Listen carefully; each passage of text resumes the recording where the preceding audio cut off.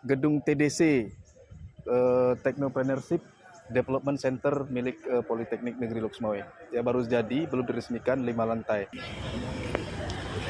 Pak Rizal, kita sambil jalan, Pak. Ya.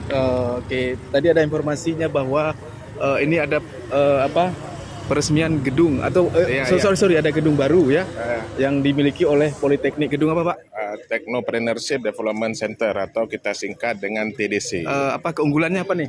Keunggulannya adalah kita ini banyak kelas yang lebih modern, baik itu kelas belajar teori maupun praktikal, dan juga gedung ini merupakan simbol bagi Politeknik untuk menciptakan teknopreneur dan juga mempersiapkan kampus kita untuk berdaya saing dan mempersiapkan hal-hal dalam mendukung sumber daya manusia terutama buat industri yang ada di sekitar Aceh bahkan Sumatera dan Indonesia.